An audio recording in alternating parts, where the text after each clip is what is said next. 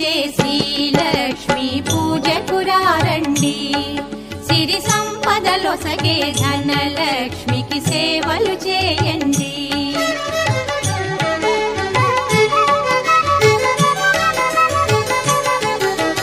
కొలిచిన వారికి కన్న తల్లిగా నమ్మిన భక్తుల కల్పవల్లిగా